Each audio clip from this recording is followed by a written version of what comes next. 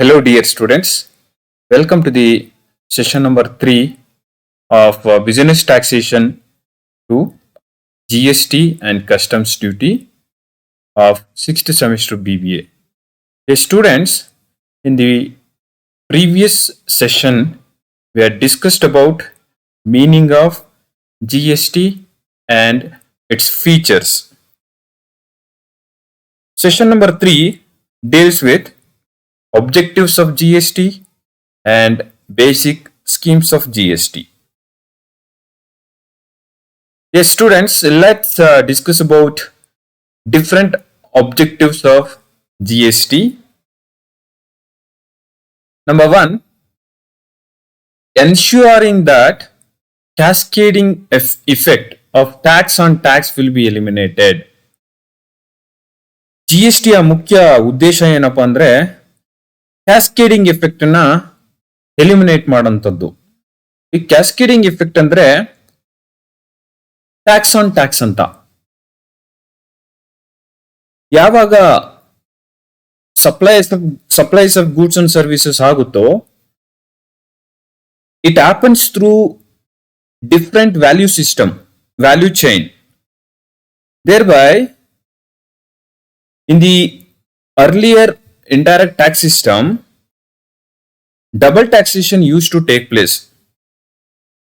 Under GST regime, by providing input tax credit, what I mean to say is, ಇಲ್ಲಿ suppliers input tax credit ಅನ್ನ claim ಮಾಡಬಹುದು. ಅದರಿಂದಾಗಿ output tax ಅನ್ನ final product ಏನ್ supply ಮಾಡಿರ್ತಾರೆ ಅದ್ರ ಮೇಲೆ ಕ್ಯಾಲ್ಕುಲೇಟ್ ಮಾಡಬೇಕಾದ್ರೆ ಇನ್ಪುಟ್ ಟ್ಯಾಕ್ಸ್ ಅವರು ರಾ ಮೆಟೀರಿಯಲ್ ನ ಪರ್ಚೇಸ್ ಮಾಡಬೇಕಾದ್ರೆ ಏನ್ ಟ್ಯಾಕ್ಸ್ ಅನ್ನ ಪೇ ಮಾಡಿರ್ತಾರೆ ಇನ್ಪುಟ್ ಟ್ಯಾಕ್ಸ್ ನ ಅದನ್ನ ಡಿಡಕ್ಟ್ ಮಾಡಿ ನೆಟ್ ಅಮೌಂಟ್ ಮೇಲೆ ಔಟ್ಪುಟ್ ಟ್ಯಾಕ್ಸ್ ಅನ್ನ ಪೇ ಮಾಡ್ತಾರೆ. ಸೊ ಅದರಿಂದಾಗಿ ಏನಾಗುತ್ತೆ, ಟ್ಯಾಕ್ಸ್ ಆನ್ ಟ್ಯಾಕ್ಸ್ ಎಲಿಮಿನೇಟ್ ಆಗುತ್ತೆ. ಅದು GSTದು ಒಂದು ಮುಖ್ಯ ಉದ್ದೇಶ. ಇಂಡೈರೆಕ್ಟ್ ಟ್ಯಾಕ್ಸ್ ವ್ಯಾಟ್ ಮತ್ತೆ ಸರ್ವಿಸ್ ಟ್ಯಾಕ್ಸ್ ಸಿಸ್ಟಮ್ ನಲ್ಲಿ ಇನ್ಪುಟ್ ಟ್ಯಾಕ್ಸ್ ಅನ್ನ ಕ್ಲೇಮ್ ಮಾಡಲಿಕ್ಕೆ ಸರಿಯಾದ ರೀತಿಯಲ್ಲಿ ಆಗ್ತಿರ್ಲಿಲ್ಲ. ಅದರಿಂದಾಗಿ ಜಿಎಸ್ಟಿ ನ ಇಂಪ್ಲಿಮೆಂಟ್ ಮಾಡಲಿಕ್ಕೆ ಇದು ಒಂದು ಮುಖ್ಯ ಉದ್ದೇಶ. ಎರಡನೇದು, ensuring the availability of input credit across the value chain. Second important objectives of GST is to ensure that suppliers can easily avail input credit across the value chain. That means when goods are manufactured, those goods are sold to the wholesaler by manufacturer. Manufacturer, in order to produce the final product, he buys the raw material, he purchases the input, so that he is eligible to claim input tax credit. Same way, wholesaler who buys or who purchases final product from manufacturer is also eligible to claim input tax. The final product purchased from wholesaler from manufacturer becomes input to the wholesaler. Therefore, he is also liable to claim input tax credit. ಏನಪ್ಪಾ ಅಂದ್ರೆ manufacturer goods ಅನ್ನ manufacture ಮಾಡಿದಾಗ ಅವನು manufacture ಮಾಡಿ ಹೋಲ್ಸೇಲರ್ಗೆ sale ಮಾಡ್ತಾನೆ. Manufacturer goods ಅನ್ನ manufacture ಮಾಡ್ಲಿಕ್ಕೆ ಏನ್ ರಾ ಮೆಟೀರಿಯಲ್ ನ ಪರ್ಚೇಸ್ ಮಾಡಿದ್ದ, ಪರ್ಚೇಸ್ ಮೇಲೆ ಏನವನು ಇನ್ಪುಟ್ ಟ್ಯಾಕ್ಸ್ ಅನ್ನ ಪೇ ಮಾಡಿದ ಅದನ್ನ ಇನ್ಪುಟ್ ಟ್ಯಾಕ್ಸ್ ಆಗಿ ಕ್ಲೇಮ್ ಮಾಡಬಹುದು. ಸಿಮಿಲರ್ಲಿ ಹೋಲ್ಸೇಲರ್ ಯಾವಾಗ ಫೈನಲ್ ಪ್ರಾಡಕ್ಟ್ ನ ಹೋಲ್ಸೇಲರ್ಗೆ ಸೇಲ್ ಮಾಡ್ತಾನೋ, wholesaler considers that purchases as input for reselling purposes. So ಹಾಗಾಗಿ ಹೋಲ್ಸೇಲರ್ ಕೂಡ ಇನ್ಪುಟ್ ಟ್ಯಾಕ್ಸ್ ಕ್ರೆಡಿಟ್ ಅನ್ನ ಕ್ಲೇಮ್ ಮಾಡಬಹುದು. ಹೋಲ್ಸೇಲರು ರಿಟೇಲರ್ಗೆ ಸೇಲ್ ಮಾಡಿದಾಗ retailer could claim input tax credit on their purchases. So across the value chain, input tax credit ನ claim ಮಾಡಲಿಕ್ಕೆ GST ನಲ್ಲಿ provision ಮಾಡಿದ್ದಾರೆ. ಅದು ಒಂದು ಮುಖ್ಯವಾದ ಉದ್ದೇಶ. Reducing the complication in tax administration and compliance. GSTದು ಇನ್ನೊಂದು ಮೇನ್ ಆಬ್ಜೆಕ್ಟಿವ್ ಏನಪ್ಪಾ ಅಂದ್ರೆ to make tax compliance and its administration simplified. Since GST structure works on the online platform right from the registration to filing of returns, it happens through the online platform. Is a simplified process. ಏನ್ tax administration ಮತ್ತೆ compliance ಏನಿದೆ, return filing ಆಗಿರ್ಬೋದು ಅಥವಾ registration ಆಗ್ಬಹುದು, rectification of registration ಆಗ್ಬಹುದು ಅಥವಾ amendments ಆಗ್ಬಹುದು, ಪ್ರತಿಯೊಂದು ಕೂಡ ಆನ್ಲೈನ್ ಅಲ್ಲಿ ಆಗಿರೋದ್ರಿಂದ ಏನೇ ಕಾಂಪ್ಲಿಕೇಶನ್ಸ್ ಇದ್ರೂ ಸಿಂಪ್ಲಿಫೈ ಆಗಿ ಸಾಲ್ವ್ ಮಾಡ್ಕೋಬಹುದು. ಮತ್ತೆ ಎಷ್ಟು ಹಳೆ ಸಿಸ್ಟಮ್ ನಲ್ಲಿ, ಇಂಡೈರೆಕ್ಟ್ ಟ್ಯಾಕ್ಸ್ ಸಿಸ್ಟಮ್ ನಲ್ಲಿ ಕಾಂಪ್ಲಿಕೇಶನ್ಸ್ ಇತ್ತು, ಅದನ್ನ ಕಡಿಮೆ ಮಾಡ್ಲಿಕ್ಕೋಸ್ಕರ GST ನ ಇಂಪ್ಲಿಮೆಂಟ್ ಮಾಡಿದ್ದಾರೆ. ಅದು ಕೂಡ ಒಂದು ಮುಖ್ಯವಾದ ಉದ್ದೇಶ. Making A unified law involving all the tax bases, laws and administration procedures across the country. Under old tax regime, every state across the country used to have their own tax system, their own tax laws.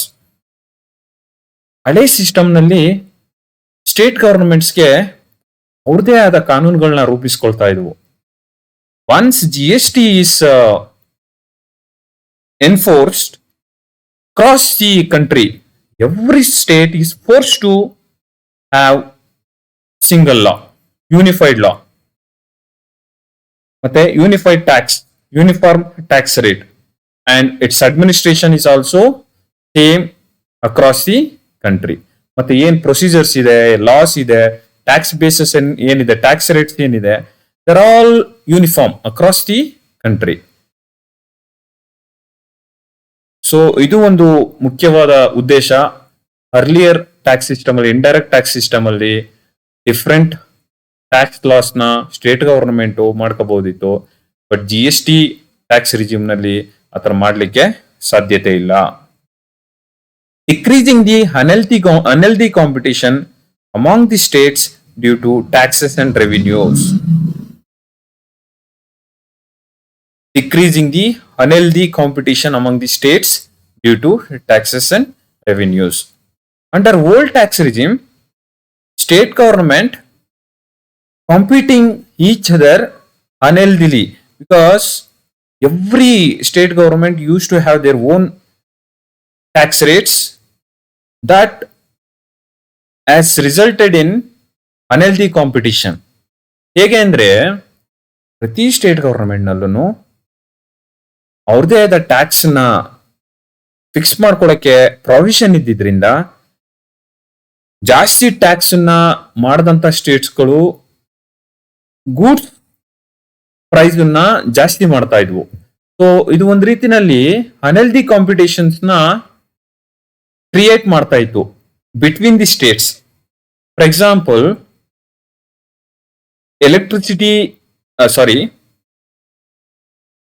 Insurance ಮೇಲೆ service tax ಕರ್ನಾಟಕದಲ್ಲಿ 5% ಇದ್ರೆ ತಮಿಳ್ನಾಡಲ್ಲಿ 8% ಇರ್ತಾ ಇತ್ತು. So this was somehow used to create unhealthy competition among the states or between the states due to different taxes and revenues. To implement one country and one tax, as I said in the previous slide, states used to have different tax rates.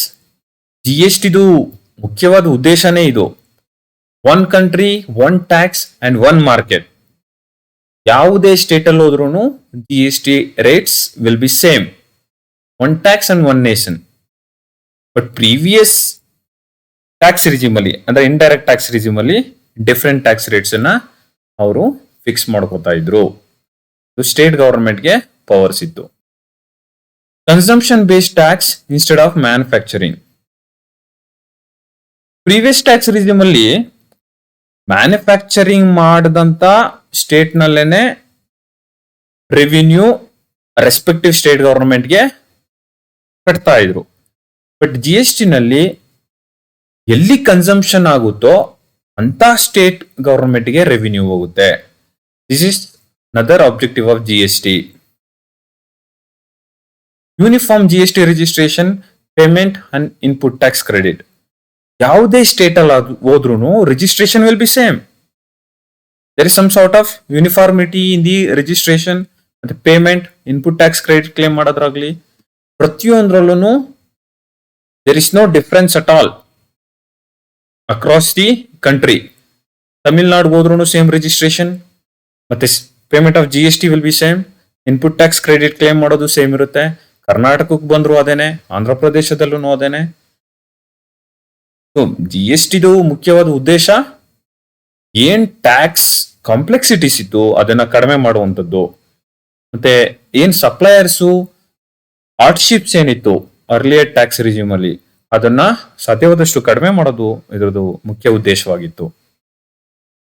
Subsume all indirect taxes at centre and state level.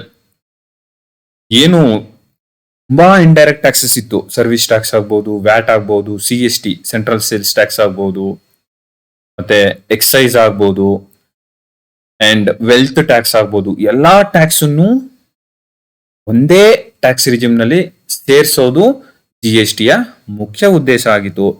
Accept few state taxes, all the indirect taxes were subsumed in the GST. ಅಂದ್ರೆ GST ಒಳಗಡೆ include ಮಾಡಿದ್ದಾರೆ. ಬಹುತೇಕ ಏನ್ indirect taxes ಇತ್ತು ಅದೆಲ್ಲನೂ ಕೂಡ GST ಒಳಗಡೆನೆ ಸೇರಿಸೋದು GST ಮುಖ್ಯವಾದ ಉದ್ದೇಶ ಆಗಿತ್ತು. ಅದರಲ್ಲಿ ಕೆಲವೊಂದು ಸ್ಟೇಟ್ ಟ್ಯಾಕ್ಸಸ್ ಅನ್ನ ಸೇರಿಸಿಲ್ಲ.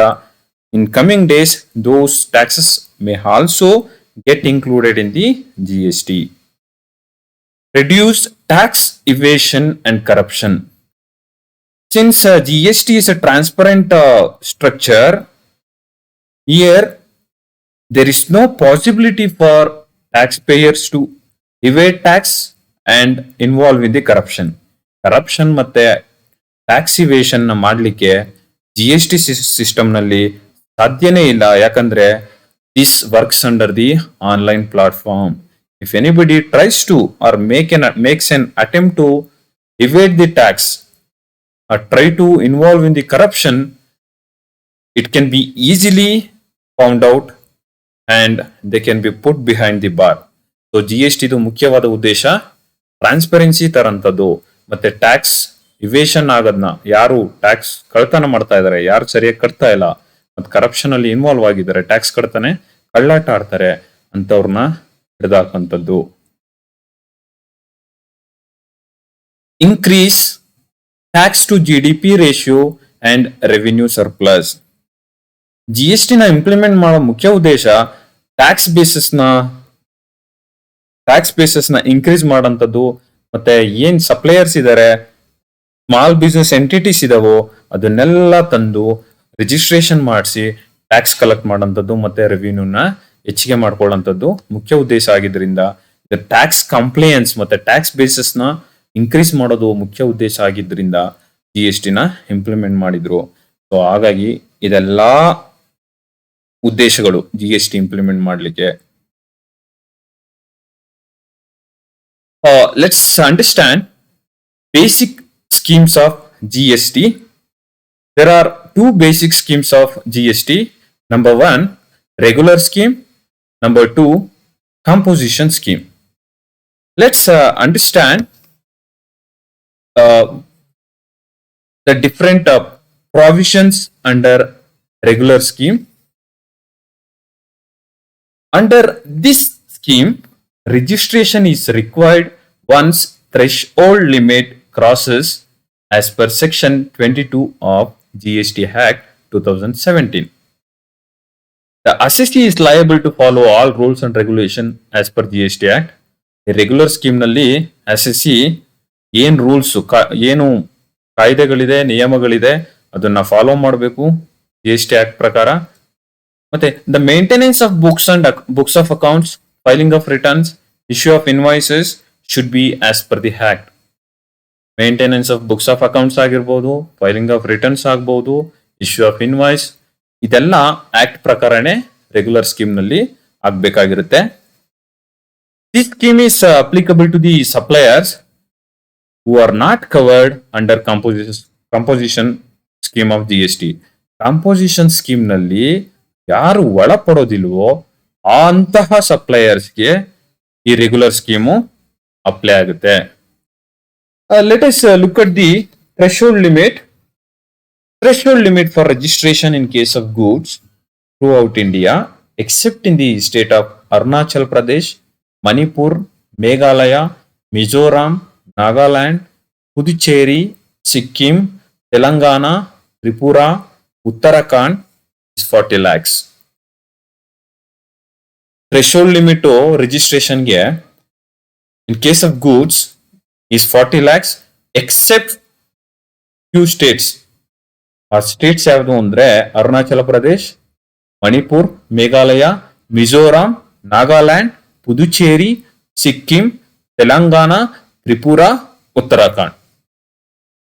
Threshold limit for registration in case of services is 20 lakhs except in the state of Arunachal Pradesh, Manipur, Mizoram, Nagaland, Puducherry, Sikkim, Telangana, Uttarakhand. Service ಆದರೆ 20 lakhs. Threshold limit for registration in case of goods and services in the state of Manipur, Mizoram, Nagaland, Tripura, 10 lakhs. Now let's move on to the composition scheme. To make tax compliance easier for all small businesses, many state government had provisions in their VAT system for payment of composition levy by small businesses. Earlier VAT regime ನಲ್ಲಿ composition levy ಅಂತ small business entities used to pay. ಅದ್ರದ್ದು ಮುಖ್ಯವಾದ ಉದ್ದೇಶ ಏನಿತ್ತು ಅಂದ್ರೆ tax compliance ನ ಜಾಸ್ತಿ ಮಾಡೋಂಥದ್ದು, ಅಂಡ್ ವಿತೌಟ್ ಮೇಂಟೈನಿಂಗ್ ರೆಕಾರ್ಡ್ಸ್.